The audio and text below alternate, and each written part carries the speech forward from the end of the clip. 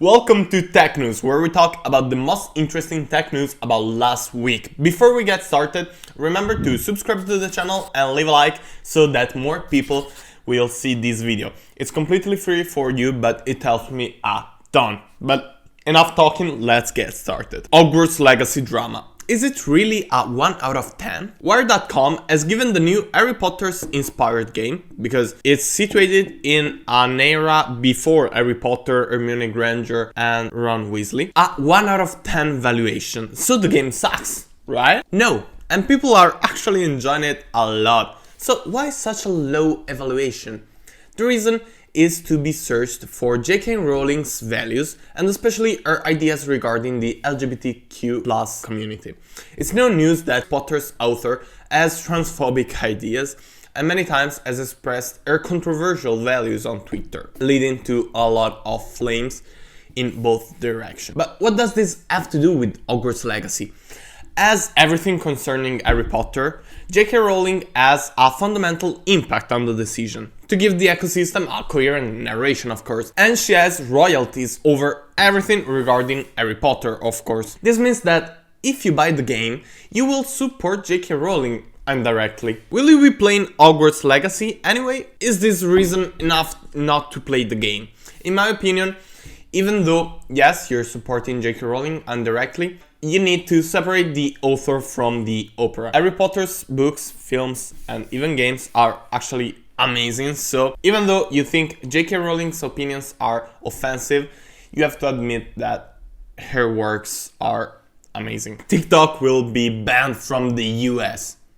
Again? Do you remember the months-long diatribe in the American Congress to ban TikTok, since Chinese companies are obliged by law to share data with Chinese intelligence if asked to? It seems that we are once again facing the same exact question. Should TikTok be banned from the US? Senators Marco Rubio and Angus King have proposed a bill to ban TikTok, but it's unclear if it's going to be approved by the Congress. Biden's administration, on the other hand, is trying to arrange an agreement to store data of American citizens on US soil using Oracle servers. And Oracle is owned by an American. It seems like you have to decide who is going to detain all of your data, and everyone wants to either keep them or obtain control over them, as if it actually changes a lot to the end user, since your data is anyways going to be sold to the best offer. New Razer Blade 18. Do you need an 18-inch laptop powered by an i9 13950HX, 32 gigs of DDR5 and an RTX 4080 that costs 3,800 euros? Then you should buy the new Razer Blade 18. What? You don't want a laptop that is too big to carry everywhere and has a battery life of only 4 hours for light use, like web browsing? And you don't want to spend 4K on a PC? That's exactly what I thought as well in the first place. Even though the new Razer Blade 18, with its 2560 by 1600 16 by 10 display at 240 Hz, it's a true holy grail for gamers, especially since it's capable of playing all AAA games in Quad HD at over 60 FPS, with many at over 134 FPS, and the capability of rendering a 4K video in just over 2 minutes. This is a super limited niche pro. In fact, for this price, you could build yourself an entire setup and get away with the same performances.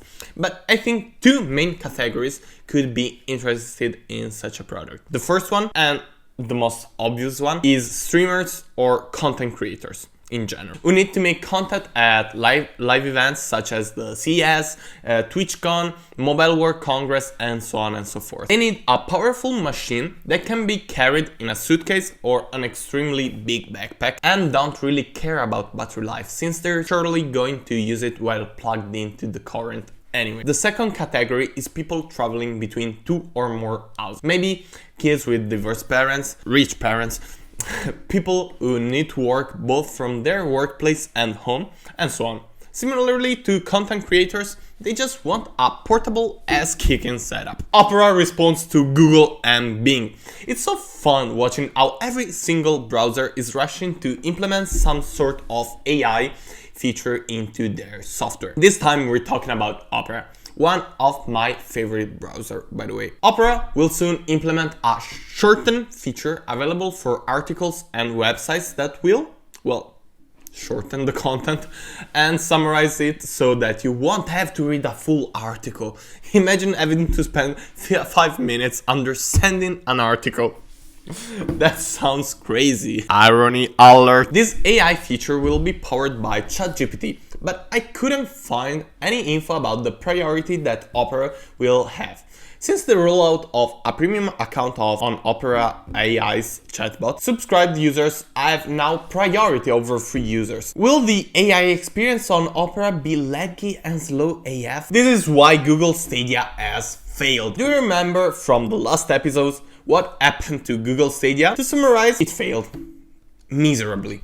But we now know why. Thanks to a report from CMA, Competition and Markets Authority, that illustrates the market shares of the different cloud gaming services, Google Stadia shared only between 0 and 5% of the cloud game. While colossus such as Microsoft and Sony, with the first one and the Xbox Game Pass Ultimate, host between 60 to 70% of cloud gamers on the platform. It's pretty clear that Stadia couldn't live much longer. And one of the reasons for this small adoption might be because of the lack of content, also because of the use of Linux over other operating systems. Thank you so much for sticking until the end of the video. Remember to leave a like, subscribe and hit the notification bell so that you won't miss any future content like this one. Let me know down in the comments which was your favorite news.